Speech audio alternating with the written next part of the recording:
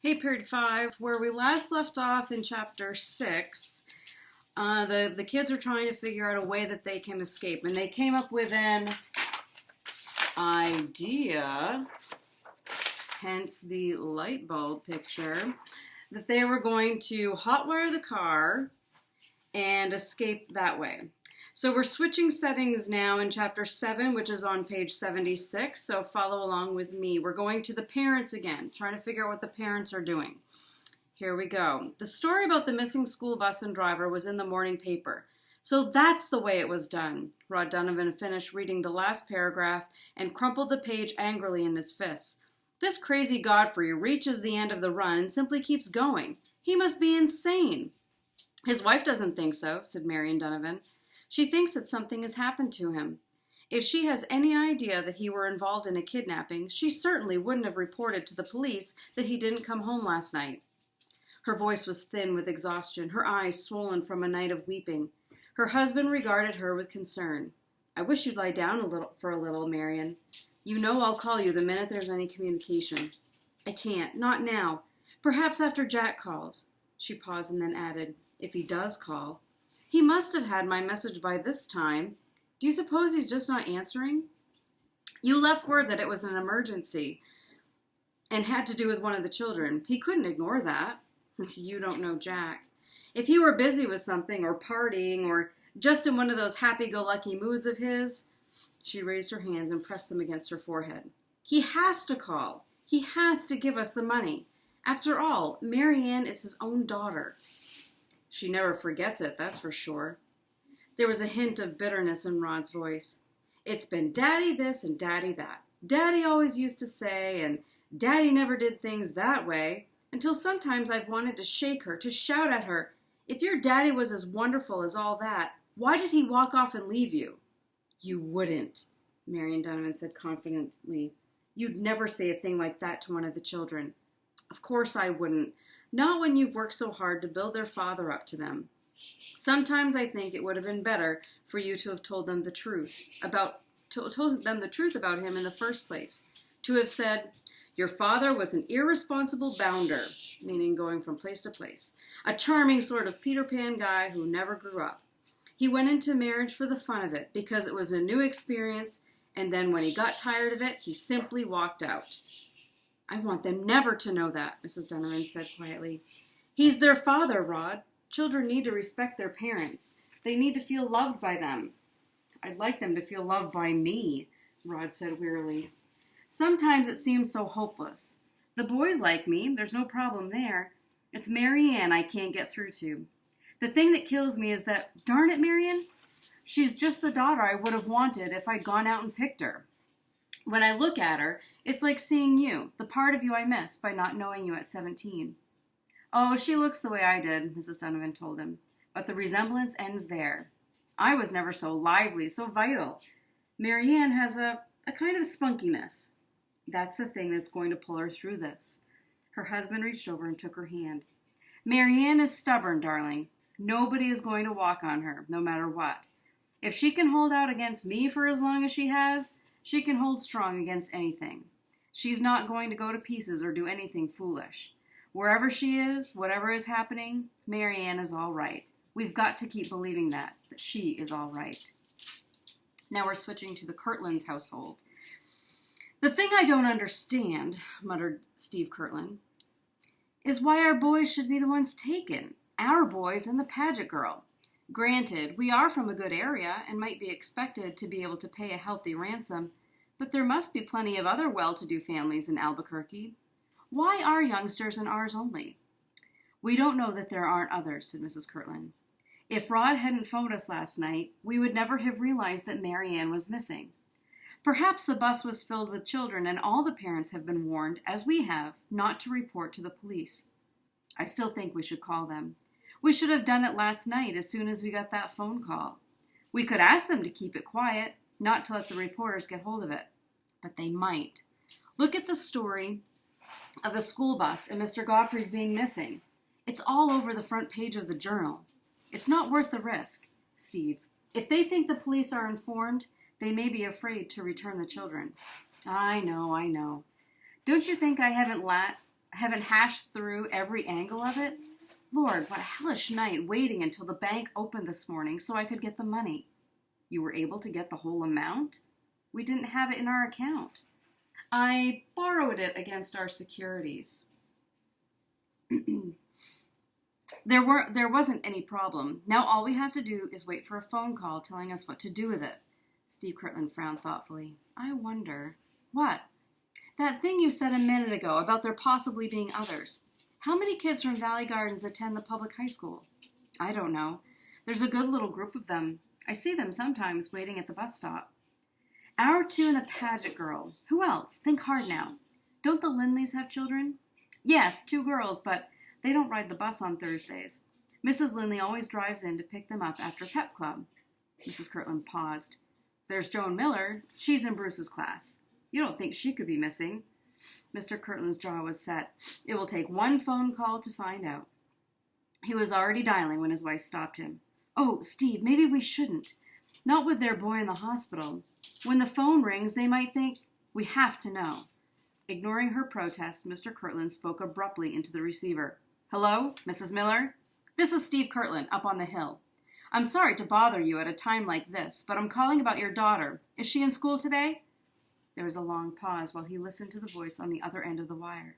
Then slowly he nodded. Yes, well, I'm glad. That's wonderful. I know how relieved you must be. They don't have anything to go on, huh? He didn't even see the car that hit him? Well, you can be grateful for that anyway. A close call. Criminal. I know how you must be feeling. He struggled for an instant with his voice. After all, our kids are all we have. I mean, when you come right down to it, material things don't have much meaning. Yes, well, thank you, Mrs. Miller. No, I wasn't calling for any special reason. I just thought, well, we wanted to know how things were going. Thank you. Goodbye. He replaced the receiver on the hook. Well? Mrs. Kirtland leaned forward eagerly. Their girl is in school today, Mr. Kirtland said flatly. She didn't attend yesterday. In fact, this is the first day she has been in school since Monday. The whole family has been spending their time at the hospital. The boy's better? He's past the crisis. They had thought they were going to lose him. Good grief, how quickly these things can happen. One moment, there's a happy kid on a motor scooter. The next moment, he's smashed all over the highway. Our own boys laughing, joking around at breakfast. And hours later, God knows where. Glenn is so big and strong. He can take care of himself anywhere. The hope in Mrs. Kirtland's voice carried a note of desperation. He'll take care of Brucey. Sure he will. Glenn can always handle things. Oh, Steve. She closed her eyes as though suddenly too tired to hold them open any longer. Her husband came to her and put his arms around her. When he spoke again, it was almost a whisper. It's not the kidnapping alone that you are afraid of. It's not just the danger to the boys.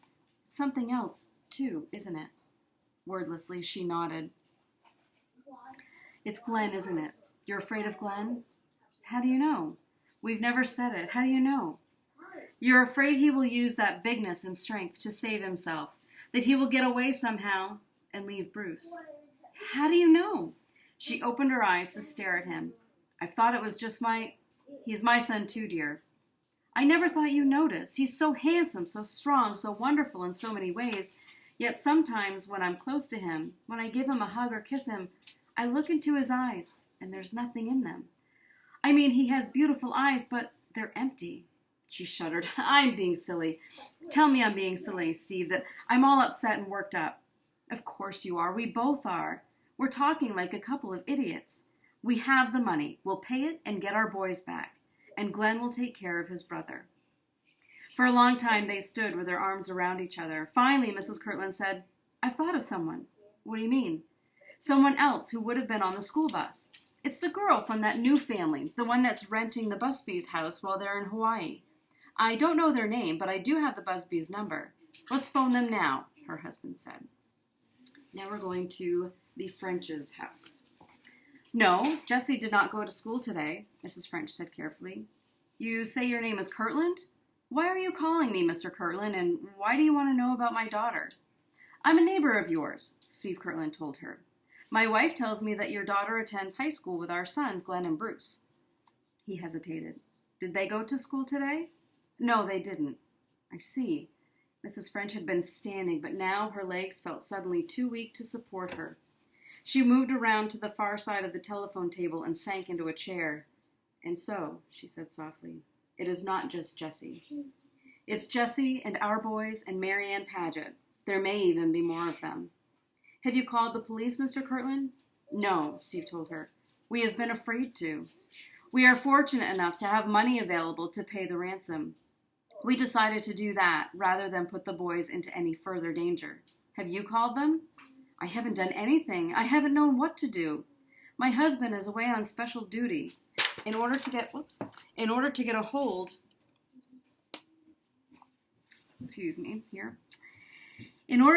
of him, I would have to give a reason, and I haven't known what to say." "You mean you're alone there?" Steve Kirtland asked incredulously. "Completely alone. I've been going crazy. It's my fault, all of it.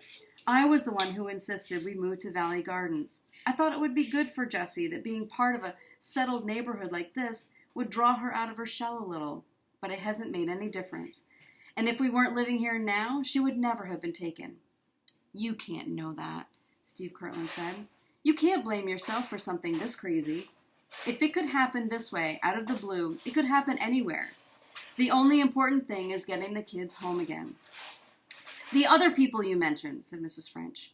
"The ones with the daughter, are they paying the ransom? Do they have the money?" "They're trying to get it. When I last talked to them, they were calling Jack Paget, Mary Ann's father. He is living in California now and has lots of connections. He always seems to be able to borrow." He paused. "Are you going to be able to pay for it?" "I don't see how. Not that much anyway. We do own some shares in a mutual fund that we were going to use for Jessie's college. I can sell them, but it will take days to do it, and even then I won't have $15,000.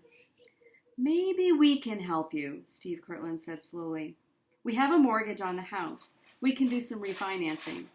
Go ahead and get what you can for your mutual fund, and I'll see if I can't manage to make up the difference." "You would do that? For me?" Mrs. French exclaimed in bewilderment. "But why? I mean, you've never even met me." "I know what has happened. I know how you're feeling. Meeting you doesn't have much to do with it. Actually," he continued honestly, "the offer is a selfish one. I think this kidnapping is a package thing. They are not going to release one person and keep the others. They will let them all go at once or not at all." His voice cracked suddenly as though it were Bruce's.